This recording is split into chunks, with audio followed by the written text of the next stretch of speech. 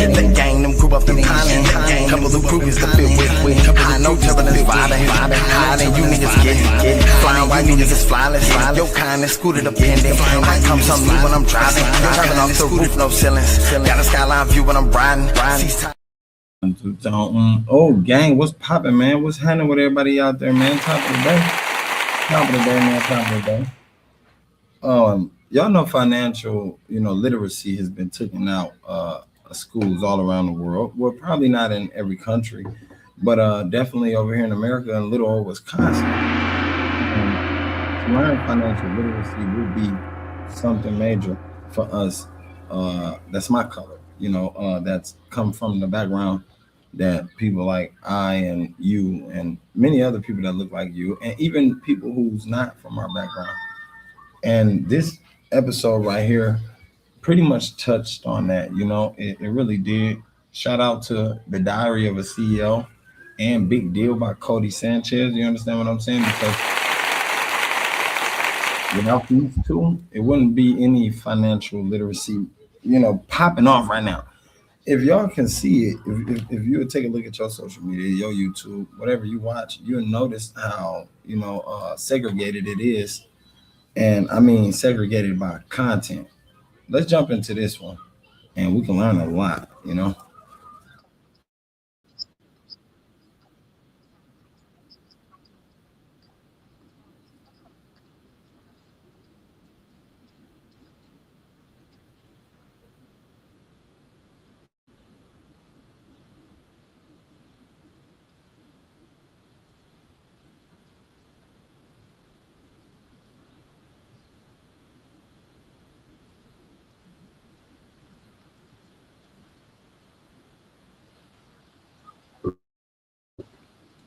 How many people, you feel me, experience that, man? A lot of us do. We all been scared. We all been fearful to step out of our comfort zone and, to dive into a comfort zone that maybe we feel like, we just don't fit in, or we feel like it ain't gonna work for us, right? But this video right here is set the stage for all of that. It set the stage and it set the standards on how to approach exactly that pinnacle of your life.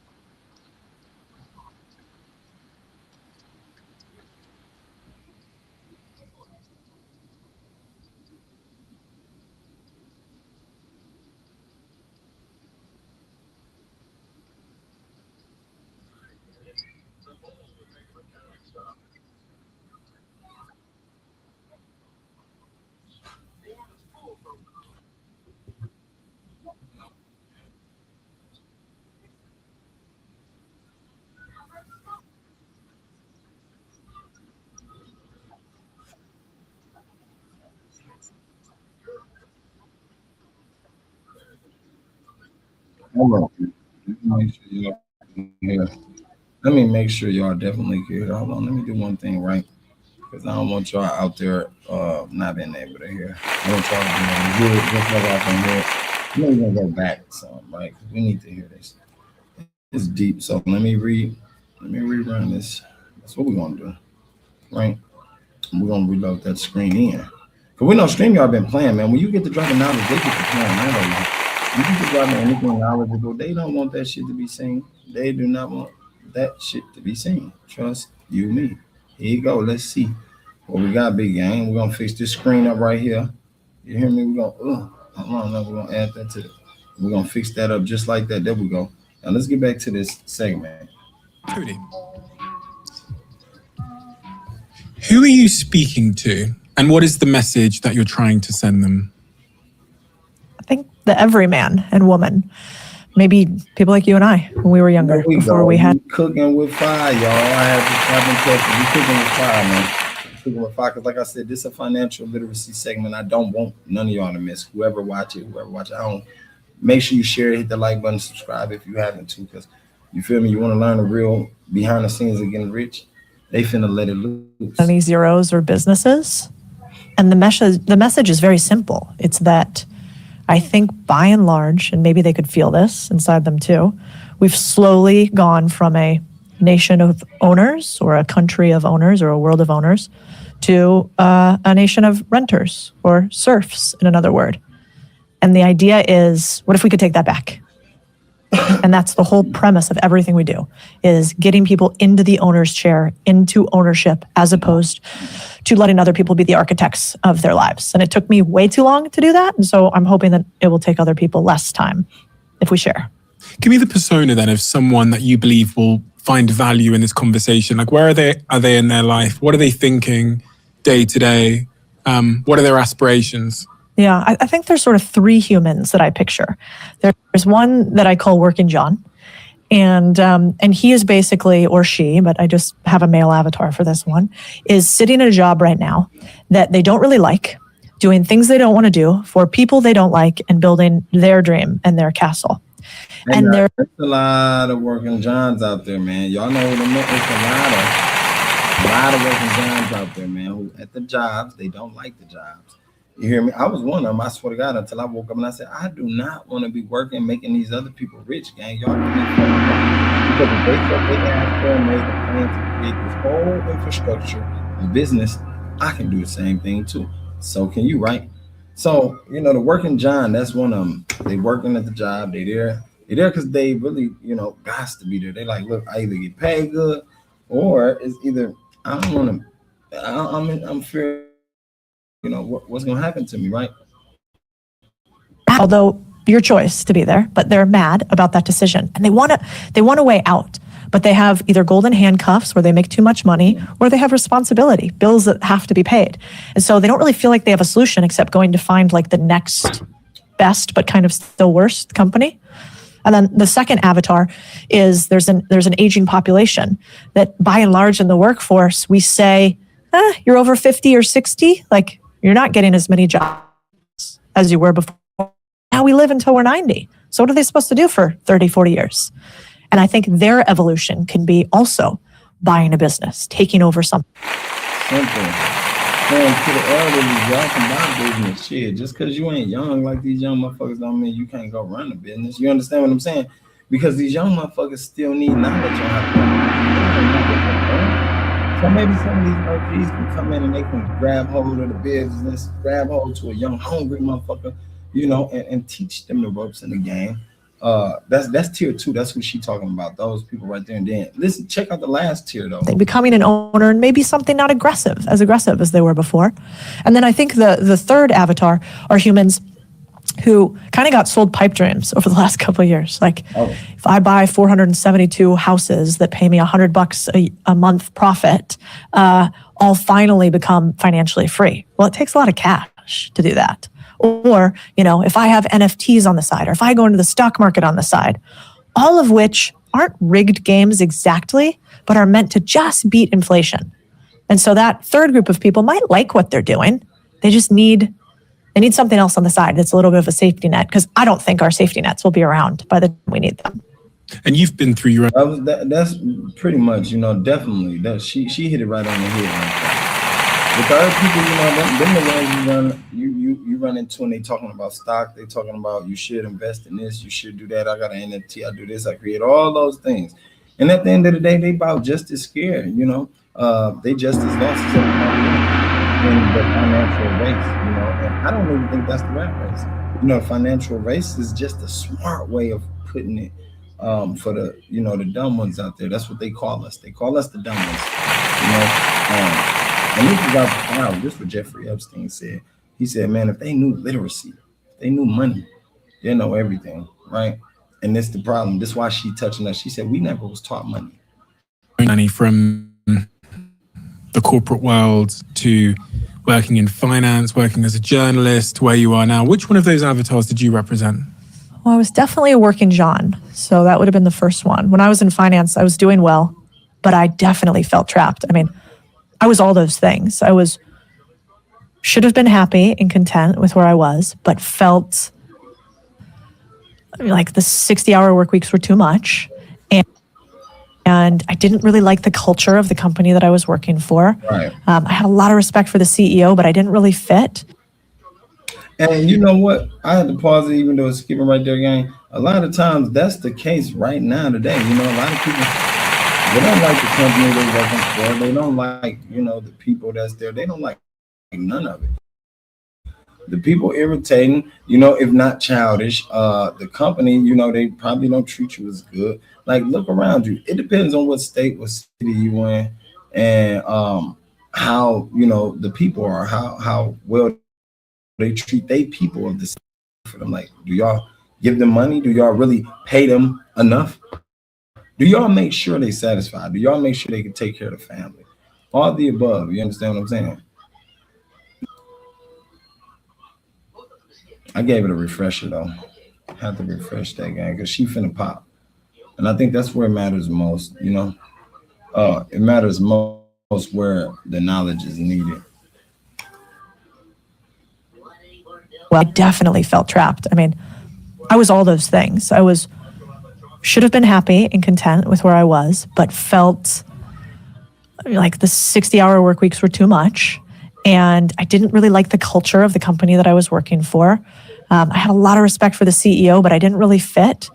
And but I was too scared. I'm like a little bit of a scaredy cat. I'm not one of those entrepreneurs like our mutual friend Alex, who just was like, burn the bridges. I'll sleep on the couch. I'll sell it all. That's just not me. That's what it takes nowadays, man. You got to be willing to burn the bridges.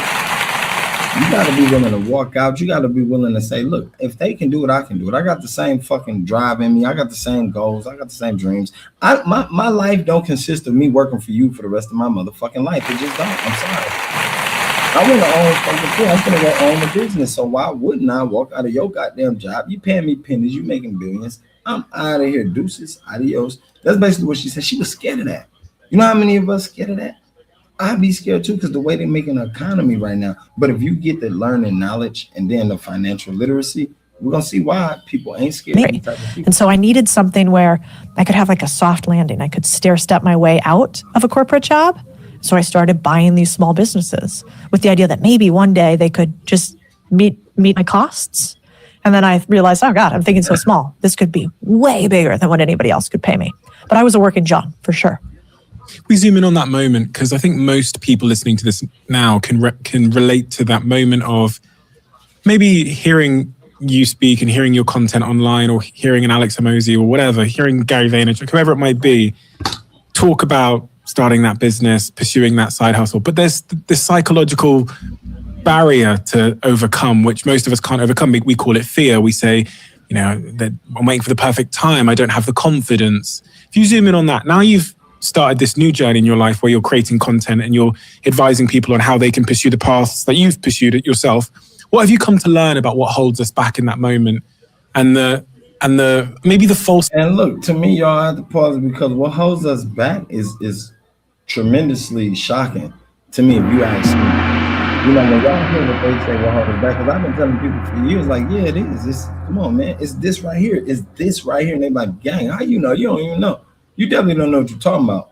I'm looking like, what? If you paid a little more attention, you know what the fuck I'm talking about too, gang. But come on, man. So now it takes for these type of people right here on the podcast to be able to come out and let y'all know the behind the curtains secrets. You understand? People. Stories we tell ourselves. You described it as being a scaredy cat. Yeah. Mm-hmm. At least for myself, what I'll say is, daughter of immigrants, who thought that what I had achieved was the pinnacle, people that I love more than anybody in the world. And maybe that's similar for a lot of people listening. The people who love you, they want what's best for them, typically, which is that you're safe, you're secure. Everything. People that love you usually want what's best for them, right? And that makes a lot of sense because usually the people that love you, if you tell them right now today, I want to be an astronaut. Man, first things first, if you telling your mama or your daddy that they scared as hell for you, astronaut, I ain't finna send your ass out of space. You hear me? But you got big dreams and you know you can do it. That's what people are. Just because you scared to send me somewhere don't mean I'm scared to take that challenge. You feel me? Just because you feel I'm not going to make it out there don't mean I feel like I'm not going to make it. And I think they got a point.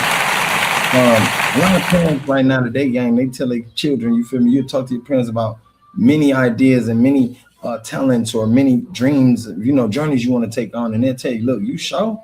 How do you know that? We've been living in the hood all our life. You know anything about that?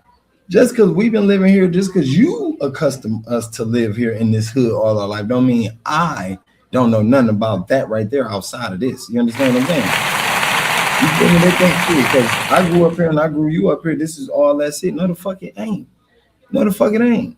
That's like when people tell you, man, look, the state you in is all this. Man, God ain't make you to just see this state game. He bred your ass to see everything. And I think the parents will coach us into being scared of our own dreams, man.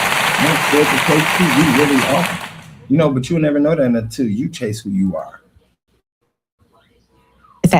They don't really want what's quote best for you, because that's actually the scary thing. Real growth happens when you take huge risks and you potentially fail and you realize that you're not going to die. Real growth happens when you take huge risks. Then you can fail and you realize, oh, I ain't dead yet. I just fell and I ain't fall far. I can get back up, dust myself off a few times.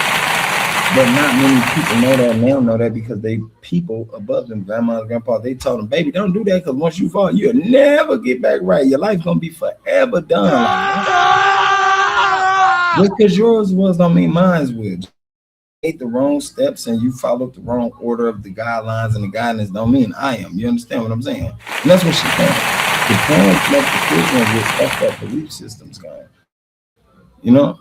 And so I realized that my loved ones were some of the reasons that were actually holding me back. Super supportive, but they were always saying things like, is the grass always greener, Cody? You know, what about this next thing? Is that really going to make you happy?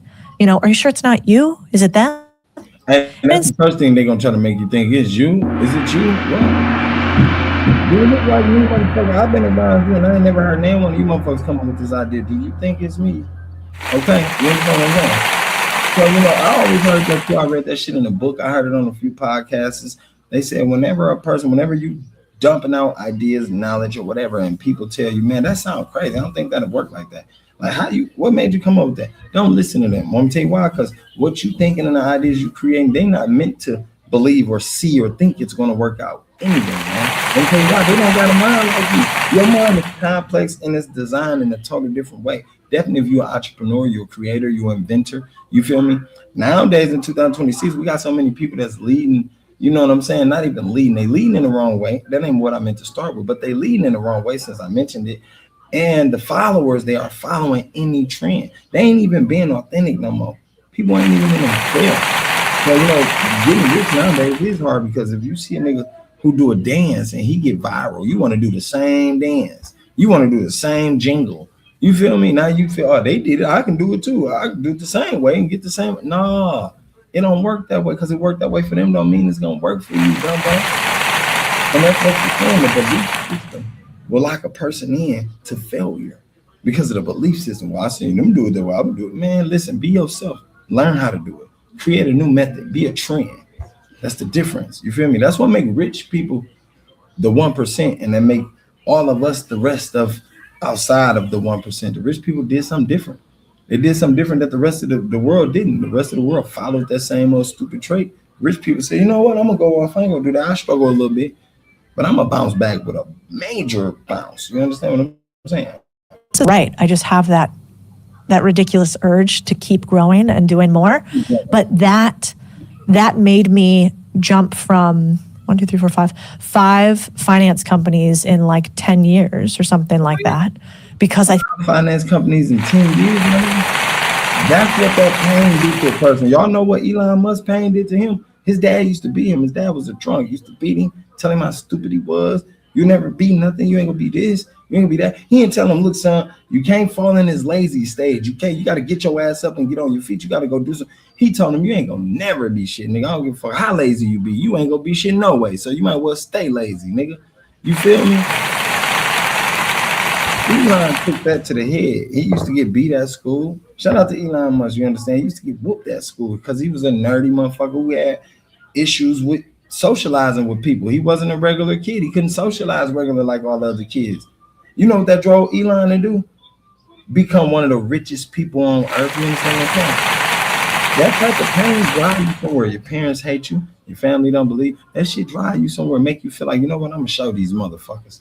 And like she said, that drove her to own 5 financial companies. Everybody telling you show you can do it, baby. I don't think you can do it. Can you? You need help. Shut up. You trying to is you destabilizing me, motherfucker? Hey, that happen right now in the black community every day. Every day. You need help? No, yep, I got it. You get to accepting so much help, you get used to it. Now you just depending on people to help you. And now the same people who was helping you, they can control you because they help you. And they know you need it. So it's like, man, come on. It was the individual company, and I didn't realize, oh no, I'm just like unemployable. I want to work for myself. I'm not going to be great at being at somebody else's employee. But it was the stories that I heard again and again from my family because they wanted to keep me safe. Very kind, but not right for me. But they want to keep you safe in their way of safe for them. But see, we don't live for other people. You ain't living for what they feel you should live for. After you grown, you done experienced college, you done worked, you done made a little bit of money. You are now living for yourself. You are now living to make the wisest decisions. Not decisions your mom and your dad and them gave you, goddamn it. Not those decisions. You're here to make accountable, responsible decisions and to pass those decisions on to other people who possibly can't make decisions like you, who ain't as smart as you. But since you learned it and you beat them to the punch, you here to make those decisions and teach them, look, here you go. I'm gonna show you this. I'm gonna show you that. But if y'all pay attention to this, people gonna do that shit. They look and they'll watch like, oh, this feel good. I'm in a position they can't get in and they trying to get there. They trying whatever to do. They trying everything, selling their body, selling their soul. They killing people. Y'all hear people all over the net talking about Illuminati. You got to kill one of your family members. What? And they think that's what rich people did to get rich, gang. Listen, man. They going to tell you all that in this video, but you got to watch it. There comes a moment where you make this kind of peculiar decision. And I say peculiar because most people don't make the decision to start off-ramping from the corporate world, essentially. Yeah. You buy your first business, right? So you're in a job, yep.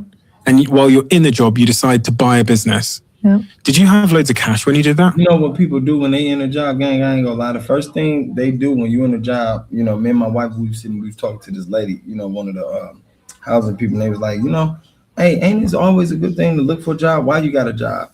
Keyword, look for another job while you got a job. Y'all heard the keyword of what he said. Listen to what this man just said. The keyword he said, and when you have a job, let's go back. Let's listen to it. You buy your first business, right? So you're in a job, yep. And while you're in the job, you decide to buy a business. Yep. While you're in the job, you buy a business. Not while you're in a job, you find another job. That's another secretive language to keep you slave minting for other jobs. Now, one time did they tell you at these jobs, maybe you good at owning your own business. You know why a job ain't gonna tell you that? Because they don't want you to outmake them. They don't want you to make more money than them. Goddamn it, they ain't gonna tell you that you got the skills to own your own business. They gonna tell you how good you are at their job, though. They're gonna tell you how good you are at their job because that's the fucking goal and the trick is to keep you at my job. If I can keep you here, I ain't got to come to my job and work. You will. You understand what I'm saying? I can sit at home. Yep. Did you have loads of cash when you did that? No. In fact. And why did you do it? What was the thought process that made you go, do you know what, that's a good idea? I think it's usually triggered from some sort of pain. Like at that time, I was fighting a little bit with the CEO of the company that I was working in. And they really wanted me to run this business that I'd taken from zero to a couple billion in assets under management. A couple billion dollars from zero. Look at a smart, intelligent woman. If she's able to sit back, step outside of her job, and scale your job from zero to a couple billion gains, you got to be one intelligent person. Definitely when it comes to money making. You understand what I'm saying? When it comes to money making, shit, she can scale a business all day. Here you go, take it, scale it. You know what I'm saying? And I'll pay you what you ask for. Shit. And they wanted me to continue running it, but I started getting press and stuff started happening because we had this growth, and they wanted me to do it really quietly. And not as much the CEO, but some of the other managing directors. I was by far the youngest. I was the only female. And, that company was wild. But they basically, in many ways, were like, you need to do it our way. And I was like, well, your way didn't get you to this couple $1 billion under management. It works great for you guys over here, but it didn't over there. So no, I'm going to run the business this way. And so we were kind of arguing a little bit. And I think I saw the writing on the wall that it wasn't my casino. They weren't my chips. I was working for somebody else. And at the end of the day, Hey man, we all see that. We see it. You know, they tell you that they treat you like that when you at a job. You know, I was at Pick and Save, and I swear they treat you like that. Now look, let me say something. Much chicken Pick and Save cook. Y'all would believe that, you know, it's possible you can go in there and get free food.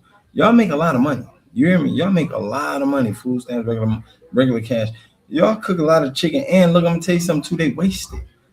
Every restaurant, y'all know, they throw that food away at the end of the night. Out of all that food they made out the whole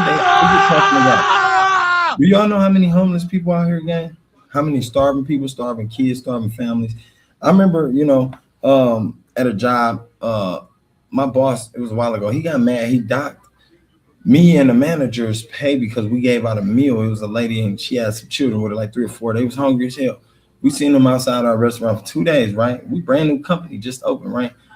Me, being me, I gave them the plates. We had like 8 plates. Here, take this shit. They was like, you know you finna get in trouble, right? I don't give no fuck. Let him take that, bro. He throwing it away. That nigga got money. He just opened a business, but you ain't finna waste no food. There's people out here who can take it. Man, that nigga was watching the camera. He called the next day. Hey, that's coming out your check. I'm like, what? I ain't get no fuck because I quit on they bitch ass right later. Like, man, fuck y'all anyway. And they shut down. They lost business game. They couldn't keep up. Everybody quit behind how they was getting treated. You feel me? And he wanted us to treat certain people certain ways. Like, nah. they're writing the rules, as is fair. It was their business. And I knew that at some point I was either going to get pushed out or leave. And so at that point, I started buying these businesses on the side because I wasn't sure I wanted to work for somebody ever again. Definitely not after no experience like that, gang. Why not? Buy your business on the side. You experience that. You see your talent. You see your skills. Man, buy your own shit. You can do that. You can put that same drive, same goals in yourself. I'm fascinated by the first step people take because the first step seems to be the hardest. That first step to buying that first business, and you're stepping out into uncertainty and the unknown there. And that's really like that. The hardest part, he said, is stepping into the unknown. A lot of people will never do that. A lot of people ain't just finna leave their job just to go try to buy business. For one, trying to buy business already sound like, I failed. Because they put that word trying right in front of it. And that word try, it carries the title of may or may not. It carries the title of I may succeed or I may not succeed. So at the end of the day, people ain't doing that. Right? People still fail. And one thing I never understood is, well, how in the hell can you be a leader or general or a winner if you never failed even one time?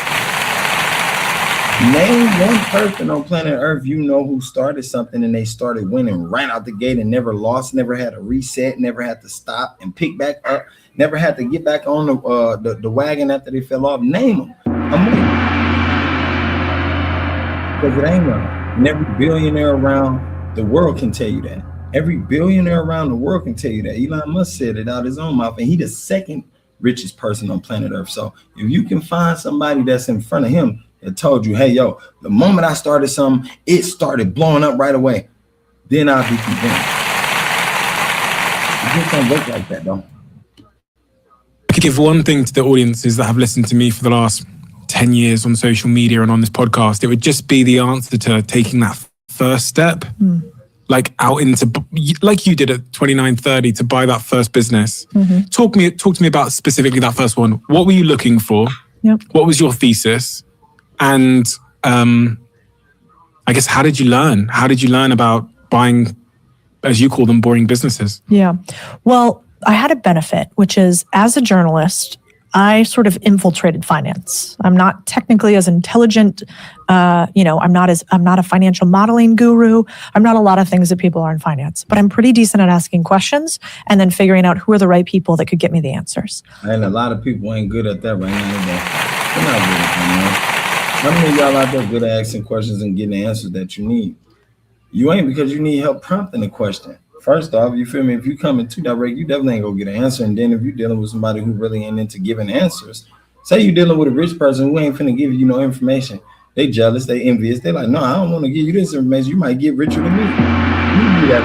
That's why a lot of people don't pass out information. That's why a lot of people don't tell you where they work. That's why a lot of people don't tell you how they got the house they renting. That's why a lot of people don't tell you where they got the car from. They don't want you to go over them. They want to stun a little bit, enjoy it, get born with it, and then they pass it on to you. You understand? Like he said, how do you learn? And in the community we in, definitely in Milwaukee, Wisconsin, in our neighborhood, gang, in the ghetto, ain't nobody out here learning about financial literacy. Ain't nobody talking about buying businesses. Ain't nobody talking about starting businesses. A motherfucker gonna tell you, though, how bad you are for not having a job, for going to slave for another motherfucker. They'll tell you how bummed out you are. They is not gonna tell you or boost your ego to say, hey, yo, I think you got the potential to own your own company. How the hell? They ain't gonna say that. They're gonna look at you like, yeah, right. We're gonna watch it fail. They ain't even finna motivate you. They're gonna tell you all the ways and the reasons it's gonna fail. And so what I realized pretty quickly is we were doing a bunch of deals. I was doing deals that were tens of millions, hundreds of millions, and billion-dollar deals.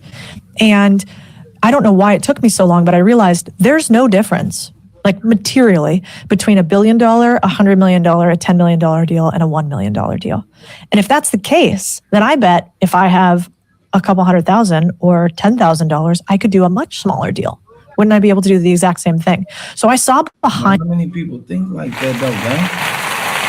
You gotta have some confidence to think like that in yourself. Now, if you're one of them people who was raised not to even believe in yourself, if you're one of them people who ain't even got to believe in yourself that you can do so much because people put you down all your life, like you ain't shit, you don't never do nothing right, then you ain't even finna think about buying a business, nigga. You gonna stay in the safest spot. You gonna stay working at a job, my nigga, until you pass away eventually. That's what they saying. Because ain't nobody finna just coach you on it. What? Stop. Behind the curtain, like at the Wizard of Oz, and realized that the wizard was actually pretty short. The wizard short. And because I saw that, then I just said, well, now we just work backwards. And just like you would buy, $100 million condo unit or, condo building, you could see how you could go all the way back and buy your first studio, right? It's the same thing with businesses. It's just stair-stepping real estate. Stair-stepping anything. And I like the way she put that. You can stair-step anything. You can stair-step learning. You can stair-step mastering your favorite passion, whether it's art, music, writing, book writing, singing, bagging groceries. You can stair-step it. And what stair-stepping is basically you starting at the very bottom, the very beginning, and you take yourself all the way to the top by learning every aspect and every level of every level. Every stair step, you learn them all until you get better at them all, until you get so better that you gotta go to the next level. It's like being at a job. You hear me? They gotta promote you. You get so good here, they gotta keep promoting you and promoting you and promoting you. To finally, one question I have to ask, to finally, if I get promoted to the max, to the top, to all the positions, do I get to own this motherfucker at the last promotion? You understand what I'm saying? Good question. Do I get to own it? Hell no. We can gonna show you how far we can use you. We're gonna promote you, and we're gonna separate the promotions by years. So when you do get to the last promotion, your ass too old to own it. You can't even think about owning it or hiring people because you gotta think about medication.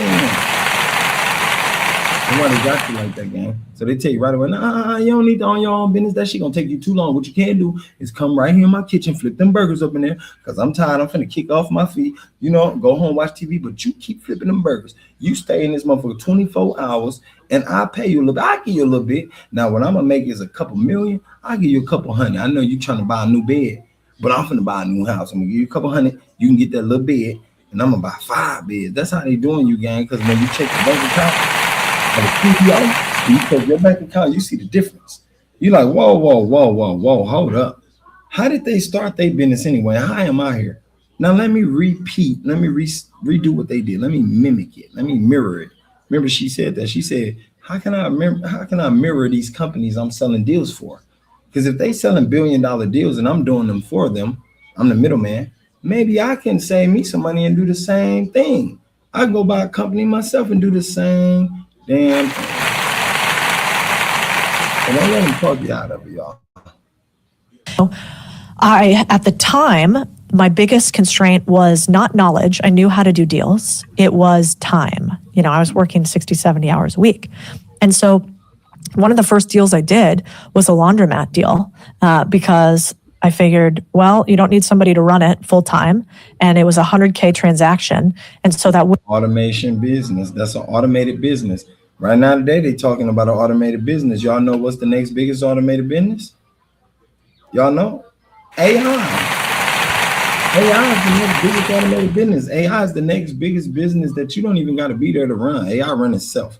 You ain't got to be there. You ain't got to come to the office. You ain't got to call it. Hey, you showing up to work? Nope. You put AI on a certain time limit. It's going to do everything you tell it to do. And it's going to do it every day. If you type it in there, gang, I'm just simple. That's what makes them more valuable right now than humans. And I think humans got to find their value again. Humans got so used to being used and not knowing their purpose. That shit, hey, yo, I'm just willing to work. No. What's your purpose? You got a purpose. You probably can heal somebody. There's somebody out there that's hurt. They need somebody like you to talk to them. You understand what I'm saying? Only you. Not even 8 people can help them, but somebody like you. With the potential, with the skills, with the voice tone. You understand what I'm saying? But if your ass at work all day, you definitely can't do that. You can't. You can't. I said the other day on the live, I had a friend, she said, I had 3 jobs.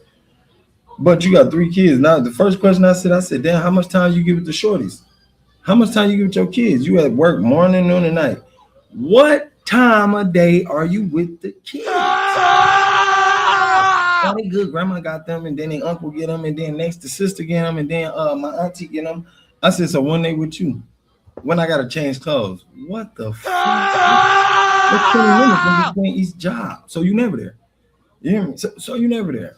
Make that, and this is sort of why they saying, why Elon and all the other billionaires said, man, just quit the jobs, pay people money because we print money. Y'all know the government print the money up. Y'all been thinking y'all really making it. They print it up. Money is printed. It's printed right now. They tell you that, bro. Look, prime example. When some money come out of your account, right, and you make a call and you say, hey, yo, some money came out of my account. I didn't give, authorization for the money to be released out of my account. They said, well, can you tell me the transaction? Tell me the code. You give them the transaction. They be like, oh, okay, we apologize. We finna put the money right back in there. That's telling you what, they able to load it right back in there. From where? From who? And how are you able to just load it right back? We can't do that from home. But you got the software to do it. Come on now, man. Come on now.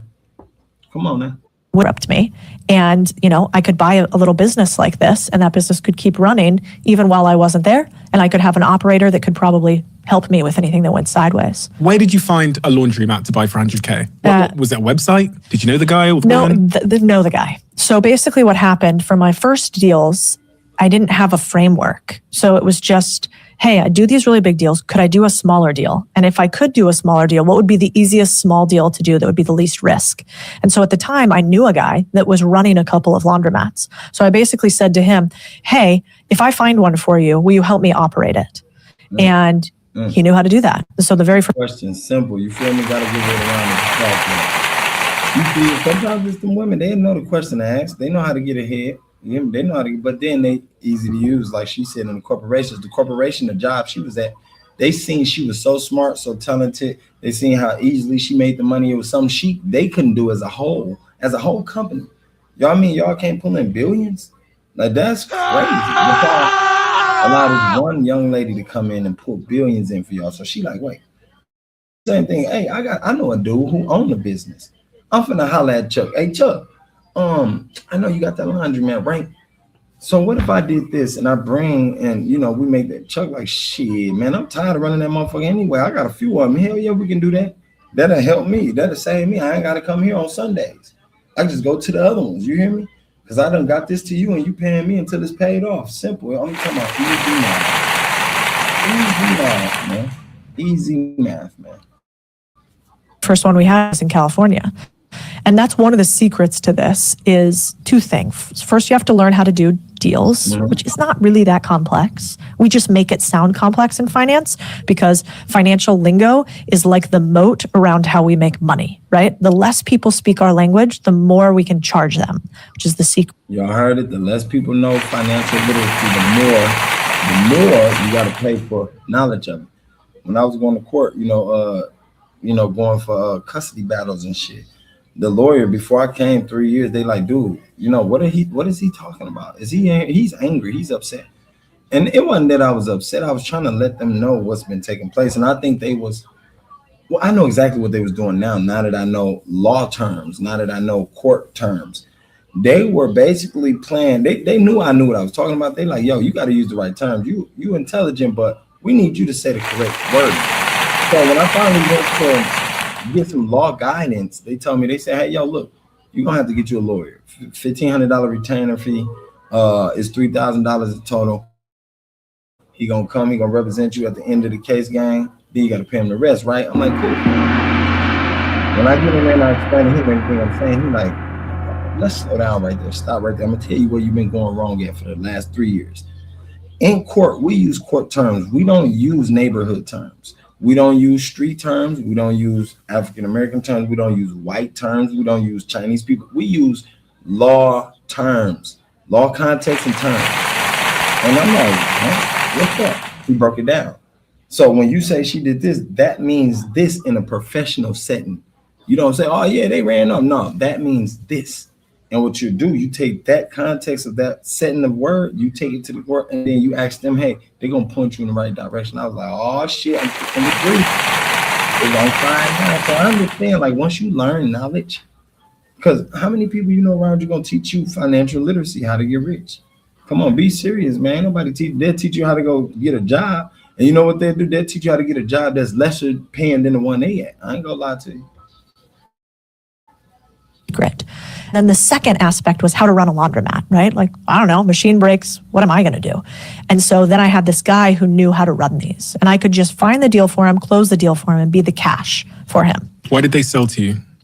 Old, these are 68-year-old owners of a business that have been running this laundromat plus a bunch of other small businesses in the vicinity for 20, 30 years. 20, 30 years? He rich as hell. First off, the laundromat makes at least $67,000 to $70,000 a year. It depends on what types of things you got integrated in the laundromat. You understand what I'm saying? Say if you got a vending machine in the laundromat, and we all know, excuse me, people can go buy a vending machine and get it placed in your laundromat, right? But often placing that vending machine in your laundromat, you got to get a percentage. Like she just said, she went to her guy and she said, hey, yo, I see you own these businesses. How about this? How about I give you a percentage if I can bring customers to it? You feel me? And the percentage I'm giving you is to purchase the business. That way, by the time the payoff is paid off, you retire, you done got your money. Instead of waiting on your money, instead of waiting on me to stack the money, let's make a deal. These are financial literacy deals. You feel me? These are the deals they don't teach you in school. They used to. They snatched that out though. I guess the head of the school boards, they're like, hell no.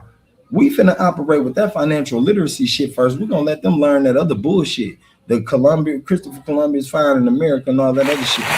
Let's take that money and let's run that. And y'all see what they did with it? They own the country, the Pentagon, they own everything. They own all the jobs you work at, they own the hospitals, the schools your kids go to. Like, come on, gang. So the shit she's saying is deep.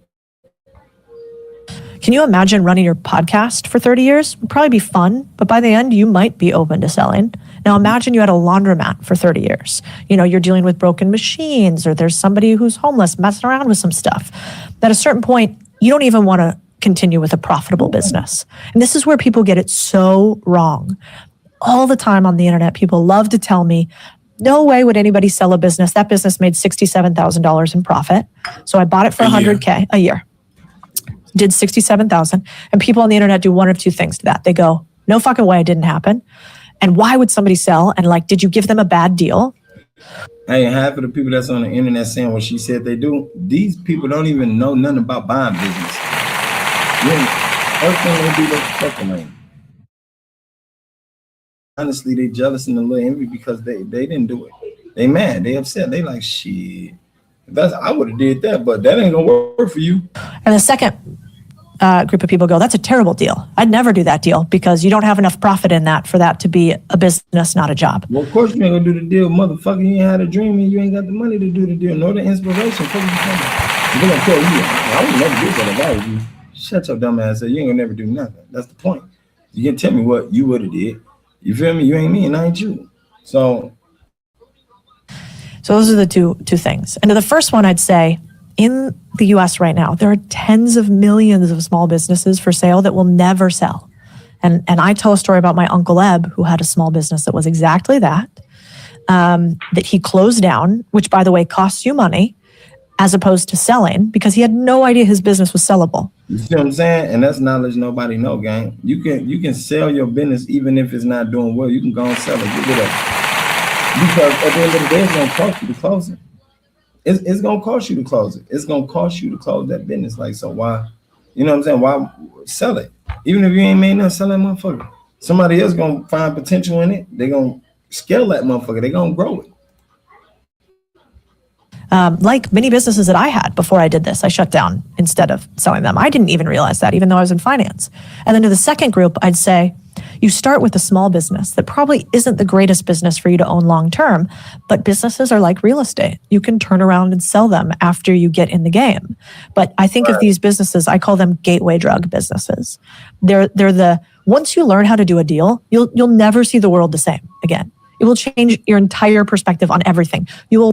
Hey, and I ain't gonna lie, I think making money in a bracket would. Once you learn how to make what these real estate people make, what these brokers make, what these bank owners make, I think that automatically change your life. You feel me? You got knowledge nobody from your area, your environment, your community got, nor was able to give you. You understand what I'm saying? So, like, come on, gang. That's different. That's real different. Oh yeah, took too long. Yeah, that's different, gang. And I don't think, you know, people get that knowledge nowadays. Shut that down. Boom. Yeah, I'm cold, gang, at the end of the day. Yeah, I don't think people get that type of knowledge, man, no more. Ain't nobody trying to make you more richer than them. They ain't finna give you no more information to get nowhere near where they at and what they do. You feel me? Y'all see that even with the betting, with lottery picks. You ask my fuck, how you win? How you be hitting like that? They ain't just shit. I can't tell you, man. Why you feel so entitled to be so, you know, closely shielded with that little shit, gang? Everywhere, and you will realize that business is full of masochists like you and me who do this despite it being awful many times, but we love it in some way. But at some point, we're going to want to sell our thing and move on to the next. And so everywhere around you right now, wherever you are, somebody sitting next to you wants to sell their business. And what if you could figure out how to buy that business, put in an operator in it, and then do it again and again and again? And that's the only difference between you and Warren Buffett or Blackstone or these big, huge companies. Is it important to have competence in the area and the industry that you're trying to buy these small businesses in your point of view? Not really. So, what she answered it right there. She said, not really, hell no. But you know, the piggyback off that, she's right. I think every rich person, most of them, they didn't finish school at all. Did y'all ever notice that? The richest people in the world didn't finish. A lot of them say, shit, no, I dropped out and I created something and I sold it. And, you know, my question would be, damn, who was by them in their ear like, hey, yo, you know, you can do this. You ain't got to work that hard. You know, your granddad used to own this, and this is exactly how he did it. You know, but that knowledge only goes so far. And I mean, culturalistically so far. Not many cultures finna have that knowledge. You feel me? Ain't no African Americans running down telling their people, hey, you can buy this. Well, if they was, they way in Atlanta. They keeping that shit tightly sealed. Because at the end of the day, Atlanta got like 30% of black owners. They out there, they owning all they shit. But now you get to come into the Midwest, you get to go on everywhere else. No. They like, them black niggas can't handle owning nothing. They can't. Not at all. But it helps, right? Oh, of course it helps. More important than anything is it's sort of like real estate. It's really about the deal. Can you understand, can you read a balance sheet? Can you understand profit and loss, which is not that difficult to understand? And but then to understand, you got to know how to read. And that's the difference. And they don't want black people know how to read. Remember that? Y'all remember in slavery days, they don't let them Negroes learn how to read. They're going to overthrow us. They're going to beat us. Yeah. When the niggas learn how to read, black people learn how to do anything. They build. They get real creative. They get real, I'm talking about inventful. You hear me? They stop letting people bring them down, man. Well, I know what to do now. Shut the fuck up talking to me. As a matter of fact, move around. Use the holding me back. You understand what I'm saying? can you figure out how to get to the person that can get you answers? So for instance, I didn't know anything about laundromats, but I knew a guy who knew laundromats. Often what I tell people these days is I'm more old school. Like I would go knock on doors and I would shake business owners' hands. But you could also go to Reddit, where there are platforms with 100,000 electricians on them.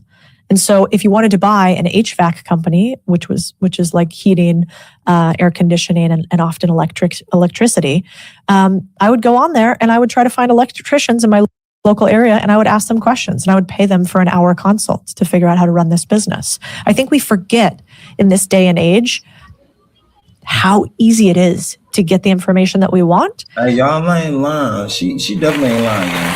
How easy it is to get the information we all want right now. I'm gonna tell you how even easier, right? Right now today, to catch up on a murder, to catch up on somebody, you know what I'm saying, harming or selling drugs, to do anything. These motherfuckers video recording people, right? That's it. They just pull out their phone. The video recording. You wonder how easy it is. You wonder why the motherfuckers get found. You wonder why. I'm talking about it's just that easy, gang. And then, you know, if you look at the rap scene right now, all the rappers like, man, how they gonna charge us for our music? How they gonna charge? Gang, y'all making it that accessible. That information is that accessible for real. Like, come on, man. To know that is that accessible, that's scary, right? That's real scary, man. That's deep. We listen to the fear of the fact that we don't know what we're doing. And I actually think that's irrational. I think it's really easy for somebody to tell you why things won't work. It's actually quite hard to convince somebody that they're capable of doing something.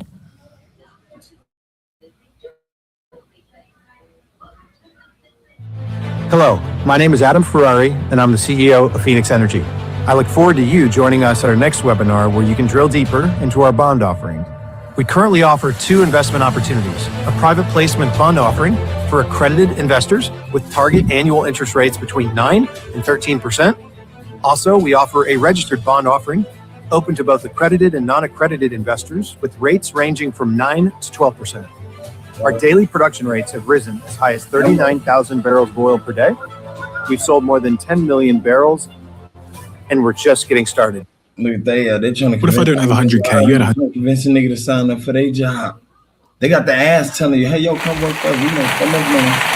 You know, you can get good."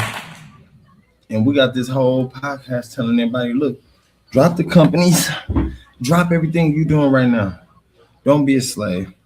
Don't be one of the motherfuckers who falling a victim to what they're doing." Because look, I'm gonna tell you something. Even after the Epstein files came out, everybody running around the world like, y'all still finna pay y'all taxes to the baby eaters who take your money and throw these baby eating parties? It was a good question. It was a great question, but you know, that's the truth. There's too many people out here that can create so much. They do so much. They invent so much, man, and it's amazing that, you know, they get shut down just for some powerful big company to run everything, you know, and then they tell you, hey, yo, come work for me. We make billions. I make sure you get rich. I make sure you own everything. I make sure this. And the whole time, gang, it's an agenda behind these companies. You hear me? Why you want to destabilize me from creating something? Why would I do that? So I'm gonna turn my creator, you know, off and come to be your creator, to be, you know, the greatest creator for your company. Right. You know, right. It don't make sense. Say I'm working a job, I've saved up, I don't know, $5,000. Hey, you know, he got an amazing story. Him, when he pop his story, y'all hear his story, just check him out. You know, I see UK. Shout out to the people out there in UK. Because they put their work in, they put their time in. And I wouldn't be the type that'll say they don't fit in our field. Because I know a lot of black people definitely, when it comes to foreign podcasters, first thing they say, look, they culture vulturing, right? They culture vulturing. Well, I'm gonna tell you something. The only way they able to culture vulture is because we put our culture business out there, and any other culture who do that. If the CIA business can't be found nowhere, not even online, y'all can't even find military papers that's classified unless they release them. Y'all can't even find documentations that been sealed unless they are released. So that ain't being a culture vulture, that's being too informational. You understand what I'm saying?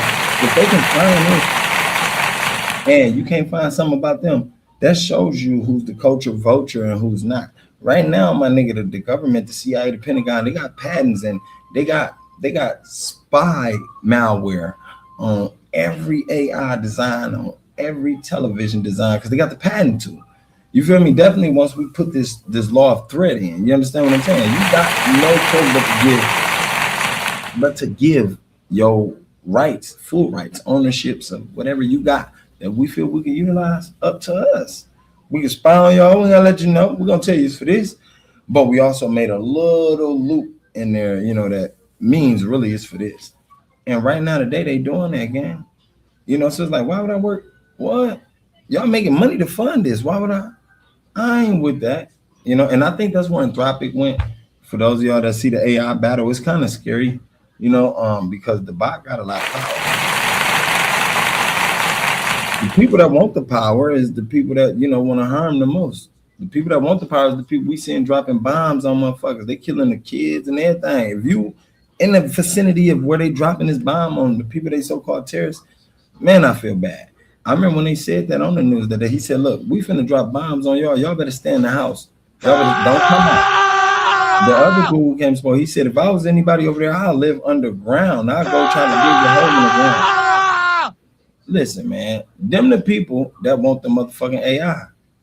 And you got all these companies banding together, Google bagging up Anthropic. You got, I'm talking about like, gang, they like, hold on. Because we know if y'all take his shit, you coming for us. You coming for us. Yeah. Why wouldn't we? If his bot can do this, her bot can do that. Yours over there, you made that. We want them all. We want to be, you know, on top. And I think that's what it's coming to. It's so scary. They're like, look, fuck the jobs. We want that shit to war. We want it to war. So right now would be the best thing to make you work. Go work. You're not finna work for yourself, but go work. Because while you working, we finna keep getting these bots, putting people out of business to get their shit. And sooner or later, before you know it, nigga, you ain't gonna be able to work. We at war now, right? All that shit blowing up. So get your paper. Learn about financial literacy and entrepreneurship, man. At least a couple steps. Get you a couple stair ladder steps inside these type of trade skills. And I call these trade skills and transferable skills because shit, you don't got to go to school for this. You look and learn. It's an algorithmical method to this. You hear me? To this step ladder she talking about. Easy, like the food chain. You know? Well, I've bought a business for $3,000. I've bought a business for $8,000, and I've bought many, many, many businesses for $0. And I'm not saying she bought many businesses for $0, man. How many of y'all wouldn't hop up right now on the opportunity? If somebody told you right now, they came to your door, knocked on your door. Look, I got a business for you right now. You can take this motherfucker. I swear it's guaranteed to make money. I got customers already got this, everything put together. Just give me $0. Sign this paper right here. Sign a check for $0 to me right now. You know how many people gonna turn that around? They're gonna be, they're gonna ask their mama, their grandma, you think this a deal? It says $0, but you think I should take this? Not too many people gonna do that. A lot of people gonna look at it, read it, because they understand they understand financial literacy. They like, hell yeah, give me that. Thank you. And also I want to add this in there. But majority of them, they ain't. They're like, nah, I'm fine. You know, you just passed the deal of a lifetime up, man. You missed a $0 business purchase. Come on. in a way that's clickbaity. Will you go out right now, talk to somebody tomorrow, and be able to buy a business for $0? Like, you're going to need to do a little work. Just on the structuring of the deal, right? Just on the structuring of the deal. So they get paid on performance. Exactly. Or they get paid on what's called seller financing. So these, you can go, and most small businesses below $10 million in revenue, 60% of them sell with some component of seller financing, which just means if, let's say, somebody manages your property here. Let's say that property manager makes $100K a year profit. They want to sell their business. You're a terrible tenant. They can't handle it anymore. And they sell that business. They want to sell that business. Like she knows plenty of them around. I swear to God, they want to sell. They can handle it. They can handle it. Them motherfuckers, they got too much anxiety. They run them crazy. Typically for 2 to 5x profit. That's what these small businesses go for. And typically there aren't enough buyers. Like, there's not a bunch of people running around trying to buy property management companies. So what do they do instead? Well, you would come to them and say, all right, I'll buy out your property management company, but you're going to be my loan. I'm going to pay you a % interest rate, plus I'm going to defer your tax burden, so you pay less in taxes. Nobody likes that, and I'm going to buy the business by giving you $300,000 with over 5 years, right? So I'm going to keep a percentage of the profits, and I'm going to give the rest to you. And it's not really that complex. Dog, that's you got to be a power financial speaker. That deal right there, what she just said, who understand that? I don't understand that. That's financial literacy when you go and you actually get pro advice, or you able to scale deals at a pro level. You feel me? When you go to school with it, some probably ain't go to school with it.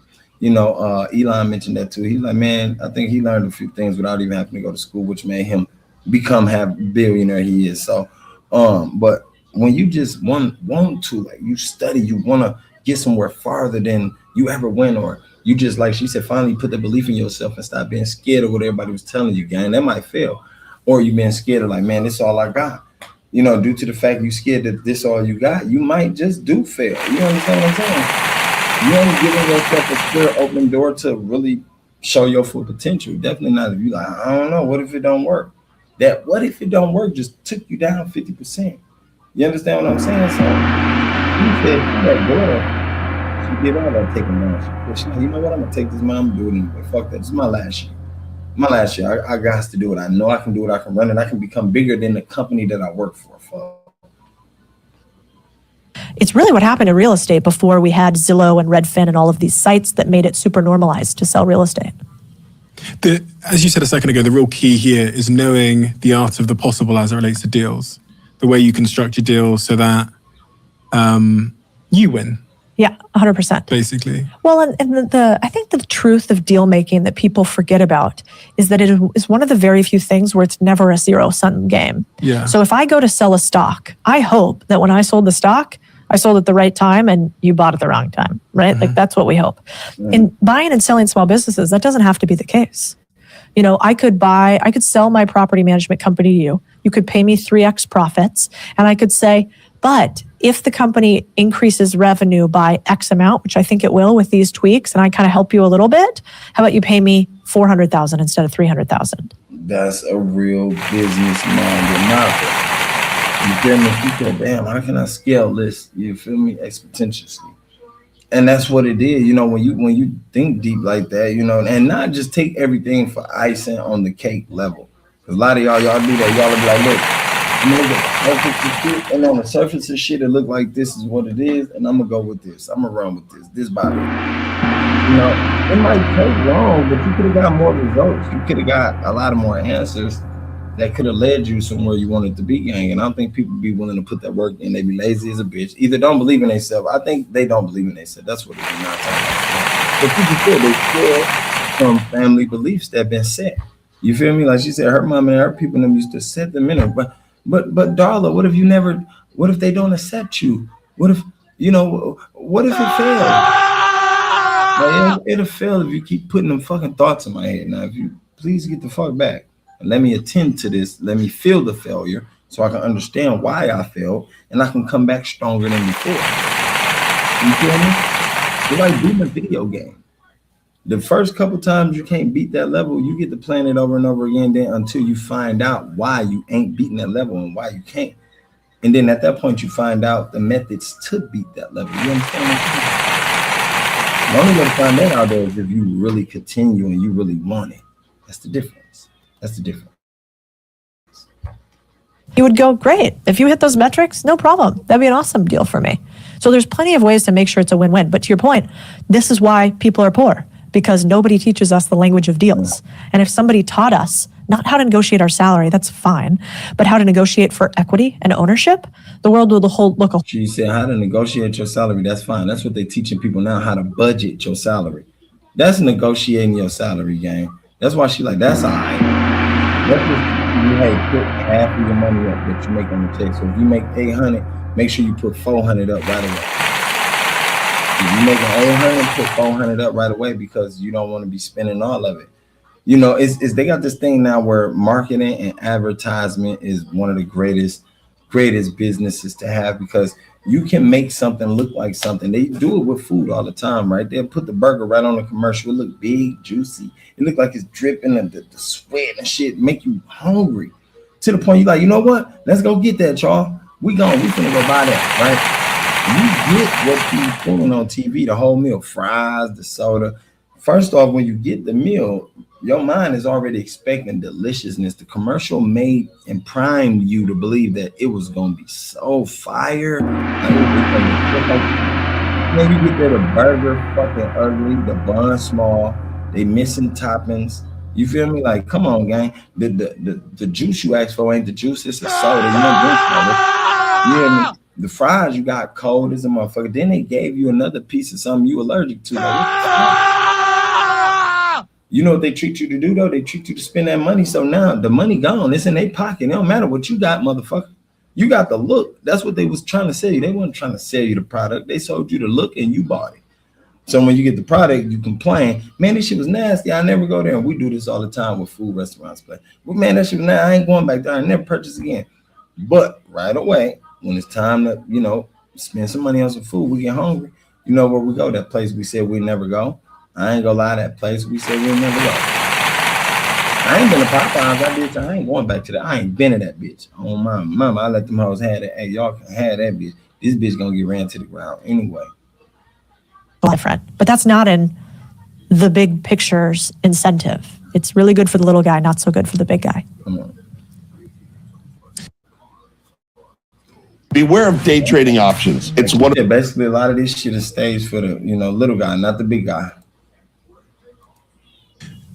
The other thing when you're approaching a business and trying to get them to knowing this, how to structure a deal is one thing, but then there's an element of persuasion and saleswomanship involved in this. Persuasion and sales. How important is learning to sell, and how can we be better salespeople in your view? What is the key to being a great salesperson? Because you must be buying businesses. You must be able to figure out what someone wants and present it to them. I truly believe that sales is a fallacy. I don't think sales exists. I think you find people who are already predisposed to want what you are, quote unquote, selling. Right, gang. That's a good way to put it. Like when a motherfucker want a car, you gonna automatically run into somebody who's selling one. If they prompted it, shit, they gonna run into you because you was looking for it. You understand what I'm saying? People who buying the house, they just don't magically happen to run into people who selling houses. People who's looking for, instruments to play. They just start having a humble across for people who's selling and getting rid of these instruments. Not by luck and not by choices, because people put themselves in these positions, like she said. Can't nobody convince you to buy anything. All they do, like you just said it, man, all they do is pretty much find themselves a group of people who's looking for what they're selling. I ain't convinced you to buy shit. I just landed myself inside your group because this is what y'all was looking for, and I happen to have it. You understand what I'm saying? Simple as that. That's like easy enough, man. Like weed sellers. Oh, who smoke weed? You ain't gotta ask because motherfuckers gonna come to the store. Hey, y'all got weed? Who got weed? You understand what I'm saying? Easy, gang. And that very early on from one of my mentors, actually at Goldman, that you don't sell anybody on anything. You're never going to change somebody's mind. And if you think I'm wrong, go try to convince a Republican to become a Democrat, right? Or a Tory to become, I don't know, what's the other side? Hey, she ain't lying. Go try to convince. You can't change nobody's mind. Go try to convince a Christian who believes in God to let it go. Go do it. You go tell a person who's been reading that Bible for 20 years plus that they should stop believing in God and believe in the devil today. You know what's going to happen? You ain't changing their mind, boy. Only thing you can do is relate to their mind. You can go bring them more Bibles, though. You can't tell them about no devil. Now, if you come with some Bibles, nigga, you got them. You understand what I'm saying? They ride in your life. That's what car salesmen do. They bring you the car you looking for. They've been looking at your face. They see you looking at the car. Like, that nigga need a car. Hey, send him a letter. Let that nigga know we bam. You understand? Okay. It doesn't really go very well, usually. And so my belief is actually what you're looking for is just who are the people who are, you're finding trigger moments. Like if I was to have a conversation with Steven about selling your business, I would be asking questions like, how's it going running? Wow, 20 years? That's a long time. If their answer is, fucking love this business. I am never selling. This is amazing. You're like, cool, awesome. No But that's problem. rare. That's rare. You ain't hearing nobody saying I love my job unless they make money like Elon Musk. If you're feeling like Tesla or Starlink, yeah, I doubt you love your business. You know, if your business ain't pulling what major businesses pulling in right now, shit, it's a race. Yeah, you're right. It's a rat race for business owners, not people trying to make money around there. I think a lot of people, not so much pretty much got comfortable in what they doing or the positions they in, but you know, like more so rather not want to be rich. Like the last podcast dude I was watching, he was like, shit, after I got all these millions now on the company, I see now I'd rather much be with family. I'd rather much be with my family. You know, he even went so far as said, shit, I'll trade the money, my job for my wife and kids. And that shit is deep. You know, it's crazy what billionaires think like. Not us local workers, what billionaires think like. Motherfuckers who can fly, they ain't gotta work. They can hire a whole group of motherfuckers to come run their whole business. You see what I'm saying? That's freedom right there. But when they turn freedom and richness into, damn, man, I just trade this for my family. This shit got boring. Like, well, on them cars, you know what I'm saying? That lets you know it ain't about money. You know, everybody tell you that, man, you need this, you need that. That's cuz. And Shorty gonna say in this video, the social media made people think that you gotta look like this, you gotta drive like that, your necklace gotta be popping, your shoes gotta be fresh every day. You dumbass, that's a trick in the plan. And they sold everybody else because they unhappy. Y'all ever notice that how all the rich people be miserable? Like, how the fuck you that rich and you miserable? Come on, man. Lovely meeting you. But if you meet the person that's like, yeah, I'm ready to retire. I've got this vision of a ranch in my head out in the countryside, and you know, but my kid doesn't want to take over the business. You're not going to get them to think something different. You're purely discovering what they truly feel, and then you are going to be the person that enables them to have a retirement in a way that no government can. Like, you are the retirement plan.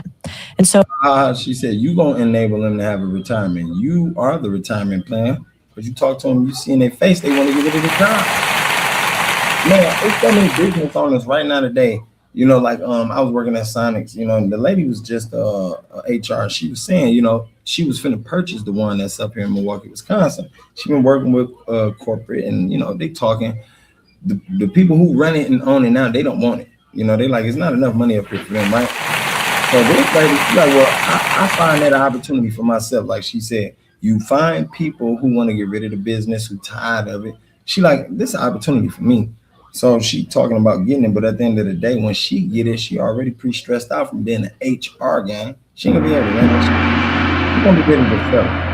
After she make a couple $100,000, she feel like, you know what, I made enough. I got this, I bought that, I bought this. And that's what people do. Once they make enough, they like, I'm done. Man, shit. Y'all see the number 1%, the richest, the trillionaires and billionaires, they keep going. It's not about being greedy, but it's like, yo, behind keep going, you better set everybody else up to get the same amount you're gonna make that. Keep them same damn skills and pass it on. You clutching it to yourself for what? So that's maybe what you need to learn is just curiosity for another human.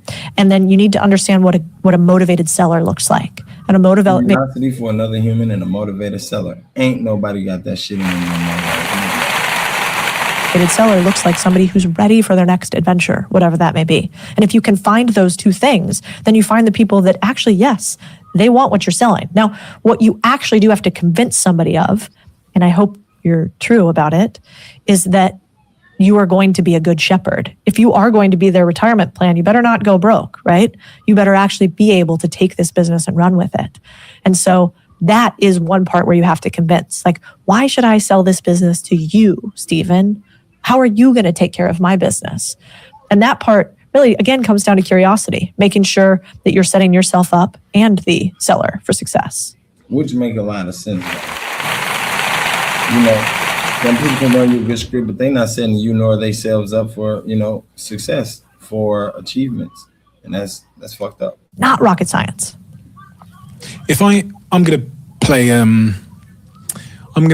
the role of a 25-year-old. Okay. I'm working in a job. I've got a little bit of disposable income, but not a ton. Yeah. I'm listening to you, Cody, and I'm going, I want some of that. You've got a holding company, right? Yeah. You got a fund as well? Yeah.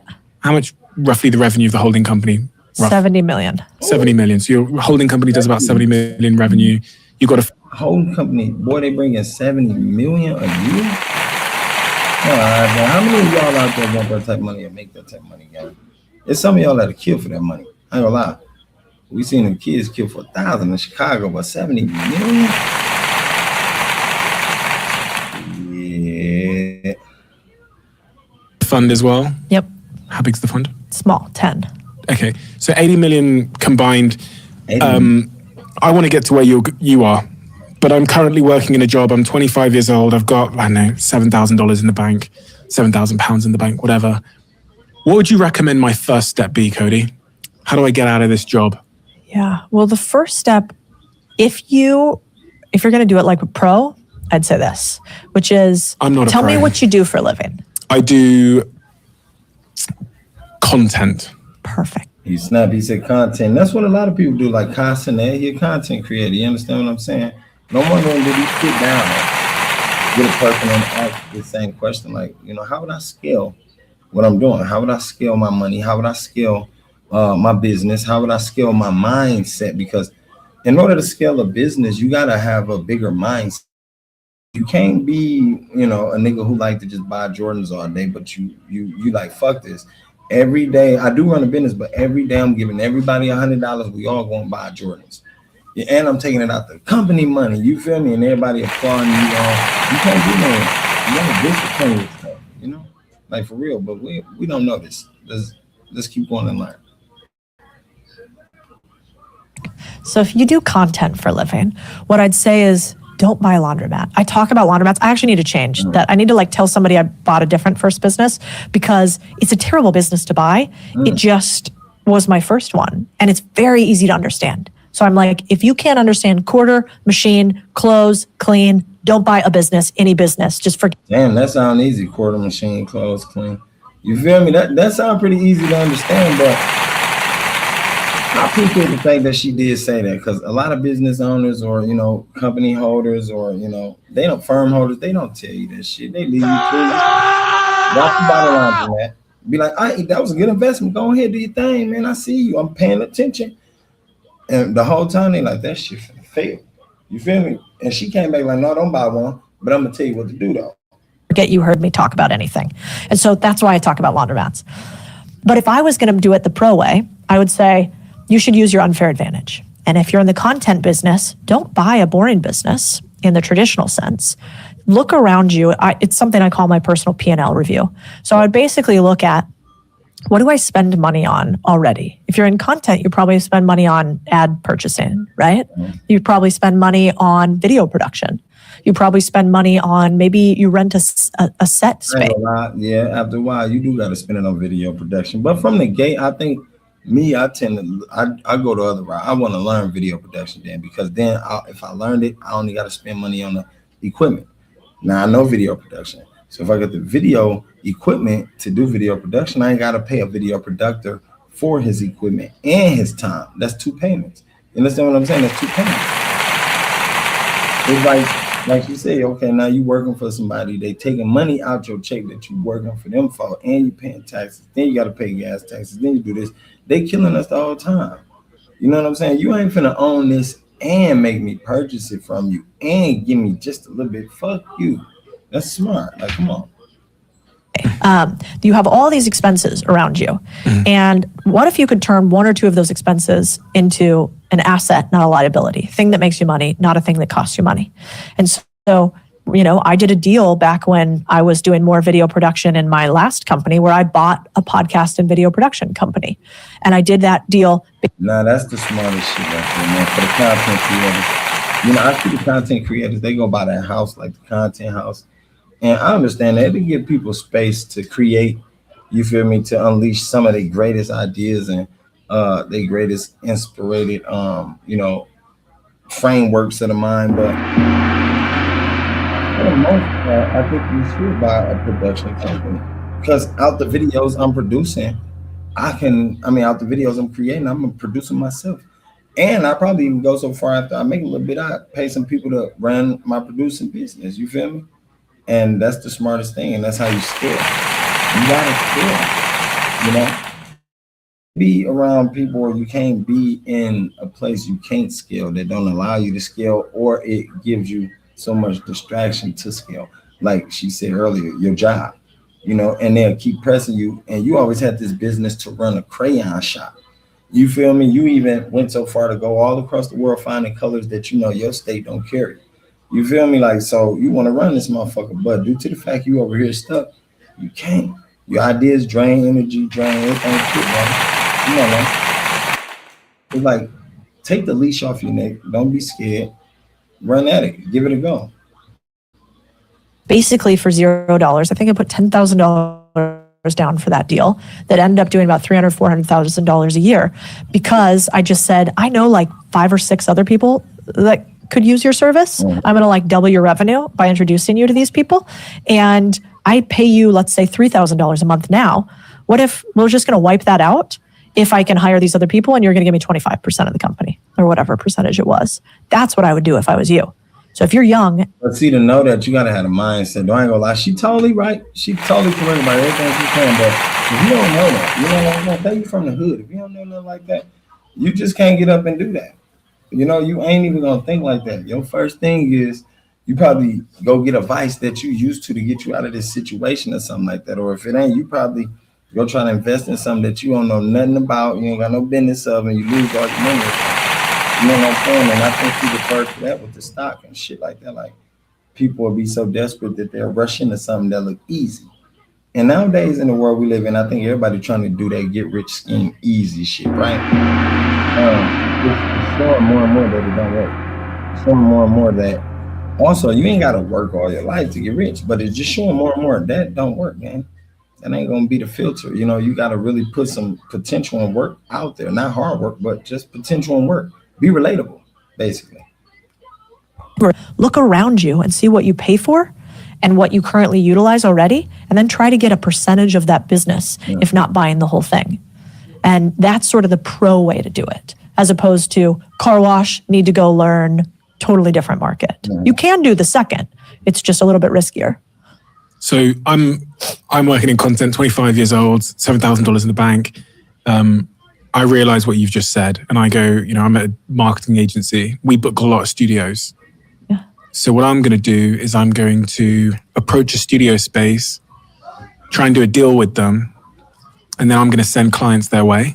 Yeah, you could totally do that. That'd be a sweat equity deal or a revenue equity deal. Hey, that's crazy, dog. You feel me? Like, not to always just throw the hood under shandals, but gang, that was the same thing like the weed man to do with you in the hood. Hey, you bring me a custody, you feel me? I give you a couple sacks. I swear to God, I got you. It wasn't that he was trying to use you. He was trying to actually promote his business, and that was his business. Probably that's the only thing he believed he can do. I can sell his weed real good. I can't draw, and I can't go to school. I can't read real good, but I can sell his weed and make a lot of money. Now, if somebody was on his side and told him, look, gang, you can take these same skills, selling weed skills, and sell something else legal. Like, you can sell cars, you can sell shirts, you can sell socks. He would have been good. But they don't do that no more. That ain't happening. What? Where? When? How? Come on now. Make it make sense, man. So for a studio space, I think the probably pro way to do that would be, one, you'd approach them and you'd kind of get an understanding for their business. You'd be like, how much revenue do you make? Like, how big is this? You'd figure out if you were material to their business. So me doing $3,000 a year with my video production guy, I was material to his business. He was only doing, I don't know, $100,000 a year or something like that. And so if my $3,000 went away, that was, that's like 20% of his business right there over a yearly basis.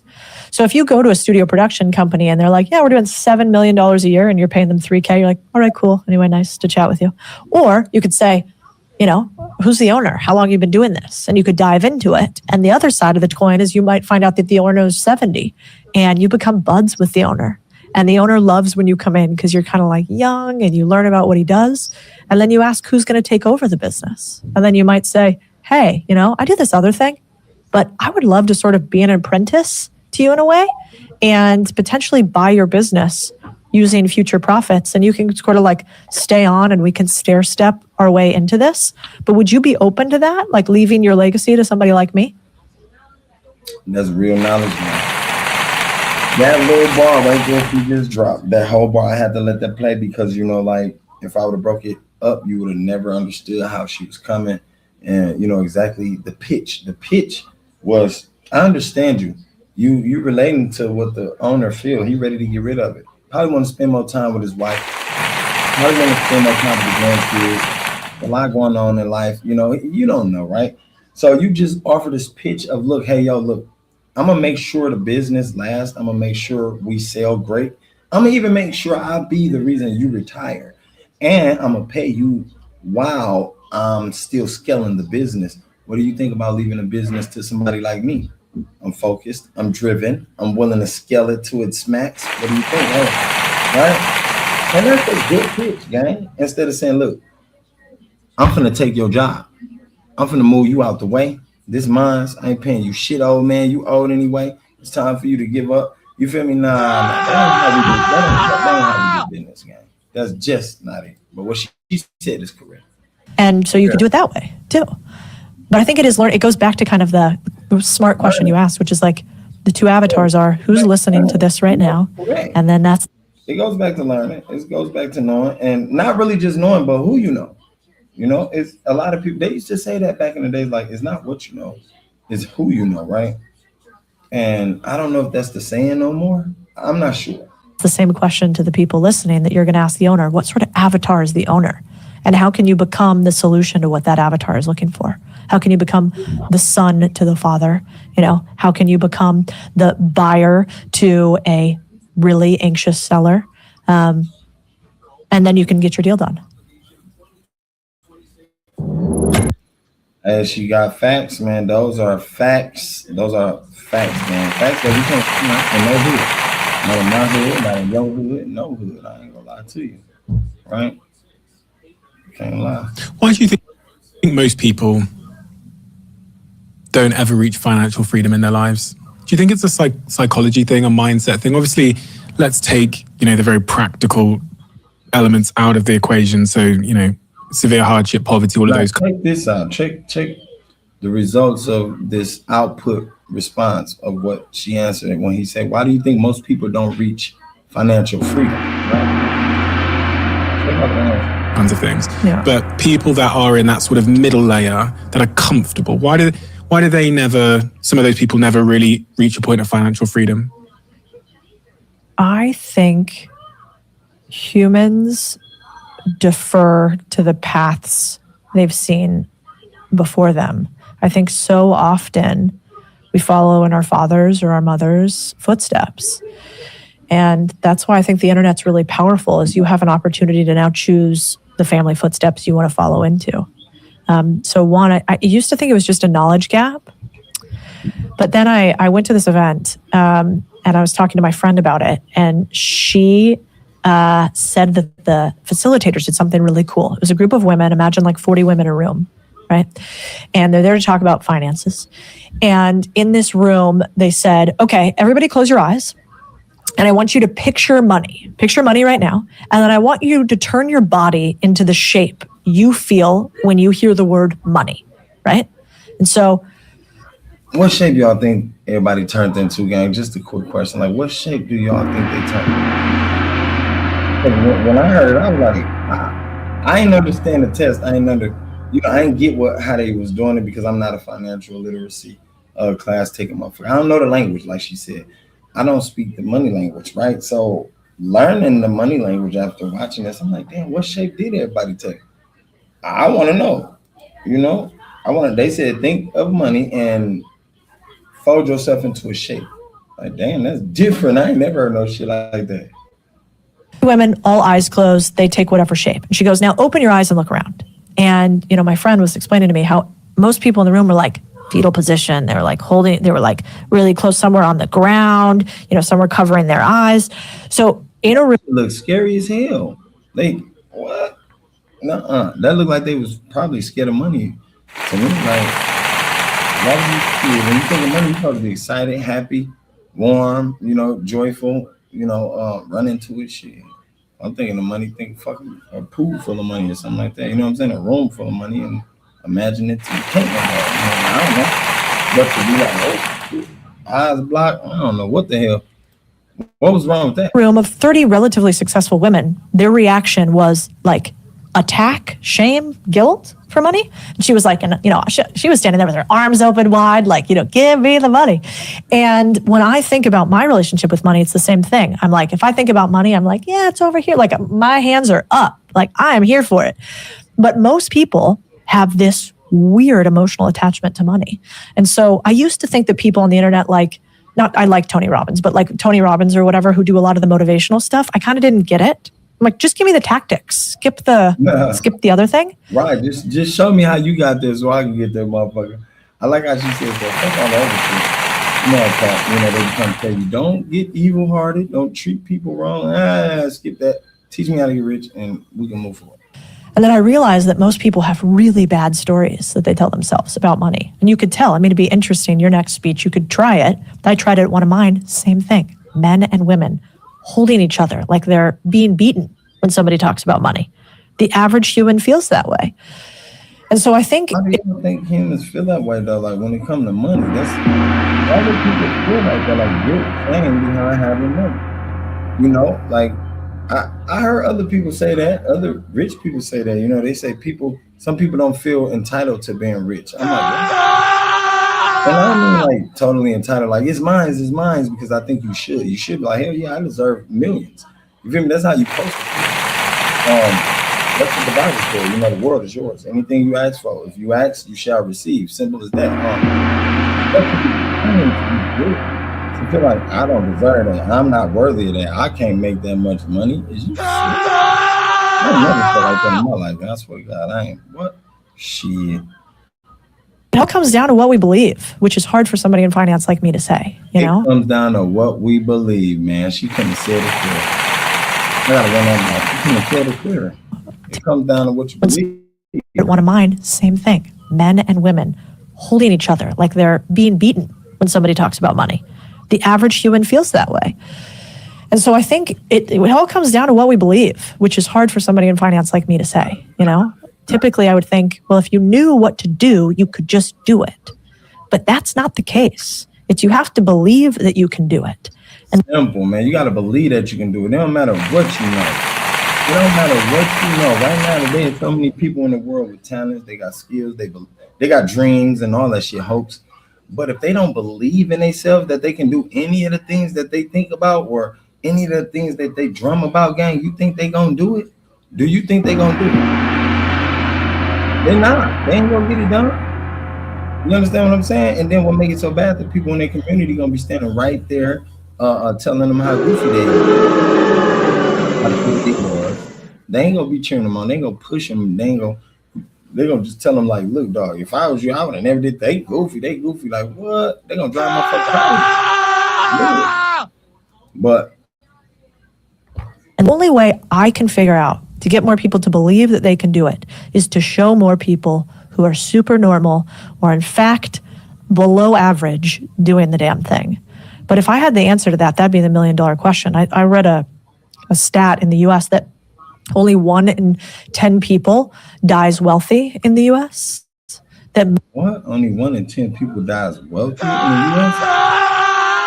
So that means people gonna die trying to get rich. Like 50 Cent said, get rich or die trying. Like that was a real statement. Only 1 in 10 people will die wealthy in the US. The rest gonna die poor and young. Yeah, it's scientifically proven. Most people die broke and young. And I thought that was fascinating because we're at economic high times, like lower poverty levels than ever before.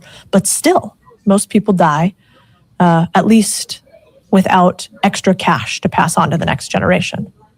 Why do you think people don't reach financial freedom? Or most people die without a lot of cash? I think, obviously, it's a very complex topic, but I think... Hey, that's deep, gang. That's deep. I want to know that, too. Why do y'all think that? Why do y'all think people die young and without a lot of cash and only 1% of 10 die wealthy? Like, why? Do it have something to do with the mindset, the belief? I mean, personally, I would say it do. I did a live last night, and there was a lady on there, Rachel, and she was talking about her mom and dad, the whole thing, and how her belief system switched. And she was talking about how her mom was so dramatic. and emotional. You know what I'm saying? Her mom was so dramatic and emotional, and she made everything just such a big scene. And everything was about her. Her mom was, eventually it split the marriage up between her mom and dad. And dad held it up. He held his head high. He even started a business after the split. And usually that breaks somebody down real bad. Like, you know what I'm saying? They do. But she said she picked up most of that shit from pops, and she knew not to follow moms because moms was already, boasting and bragging about things the daughter was against. Like, no. So I think she's recognized the mental manipulation that was taking place. You feel me? And moms wanted somebody to agree with her. I'm sad. You're going to be sad with me. I'm emotional. You're going to be emotional with me. That can stir your belief in about making money and about yourself. Like, say if you got family members called you ugly all your life and they mean it. They don't say, no, I'm just joking with you. Y'all ranking. We just ribbing. They call you ugly. And they mean it because they see it. Like, oh, you ugly as hell. I don't know why they had you. You understand what I'm saying? Like, that'll drive you crazy, man. Eventually that'll tear your confidence up. Eventually that'll tear you down, to the point people get to say that to you all the time and you won't even think nothing of it. Oh, it's normal. I got people tell me that all my life. I don't care. It don't hurt me no more. Yeah, because it's so thin. Like, I really resonate with the emotional, psychological side of things that you described. It's the same reason why most people don't go to the gym or eat healthy. Yeah. Money is inherently emotional. When I had no money, I was reckless with money. Right. All the gambling shops are in the areas where people don't have money. There's something deeply psychological about money. Right. And he said the psychological. All the gambling shops are in places people don't got money. All the liquor stores is too. Y'all know how many liquor stores is in the hood where the black people at, and they supposed to be the brokest? No food in the hood. Lights out, people homeless, but y'all got 50 liquor stores up and down one strip, gang. Make that shit make sense. It ain't that they broke, it's just that it's a mental manipulational game. Like, they know how to make you spend money and where to spend it at. They know goddamn well if you don't get what you need, you're gonna spend it somewhere else, and they like, yo, don't let them do that. We want that. So we're gonna set it up. Look, we got a one-stop shop. You need this, in this store. That is in this store. And if y'all notice, if you look closer in the hoods, they only sell what the hood people want. Chinese people got the fake hair over there and shit. Why ain't no black person open a fake hair store? Black girls love to wear that shit. Why ain't no black people open one of them? Support your home. You feel me? No, hell no, because I'm gonna tell you why. They would have been stealing out that motherfucker. But them Chinese people, they scared of them. They gonna go in there and spend all their little money. They don't give a fuck. You hear me? I'm talking about they know this. They know this. It's that scary, gang. It's like funny. But to dig deeper and dive a little wider on this topic, y'all gotta go find this video yourself, man, because it's filled with plenty and many keys and gems and jewels in here. And it's long, you understand what I'm saying? But can't give you all the knowledge, man. Like she said, people that don't know financial literacy, they get to charge that much more. So that means I got to charge you if I keep giving it to you. At the end of the day, I love y'all. Y'all make sure y'all keep your head up. Stay paying attention, man. Stay educating yourself. Stay knowledgeable. Stay passing on the knowledge so other people like yourself and myself, we can just spread this shit and keep it going. You understand? I love y'all. I am out. Now you bitch niggas better ante up or elevate. I need 6-figure money, won't hella bucks and hella cake. Fuck boy, I been on dummy, shooting hella ops, make them a day. If not him, then kill his mama, make him feel his wrath in the hell away. Hydro shock, but his eye through his chest, watch as they swim away. I don't stop shooting till you die in your last breath, and then I skid away. This a hollow tip.